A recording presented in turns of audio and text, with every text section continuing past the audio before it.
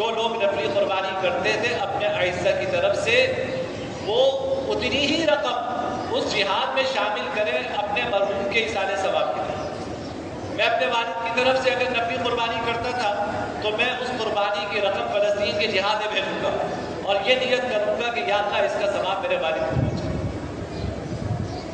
میں اپنے دادا کی طرف سے کرتا تھا تو میں اتنی رقم فلسطین کے جہاد میں شامل کروں گا اور یہ نیت کروں گا کہ یا اللہ اس کا ثواب میرے دادا کو عطا فرما دے۔ انشاءاللہ اللہ رب العزت کی ذات سے امید ہے کہ نفلی قربانی میں جتنا ثواب آپ کے مرحومین کو ملتا تھا، اللہ اپنے دین کی اس ضرورت کو سامنے رکھ کر آپ کے اس فیصلے پر اللہ اس سے زیادہ ثواب عطا فرمائے۔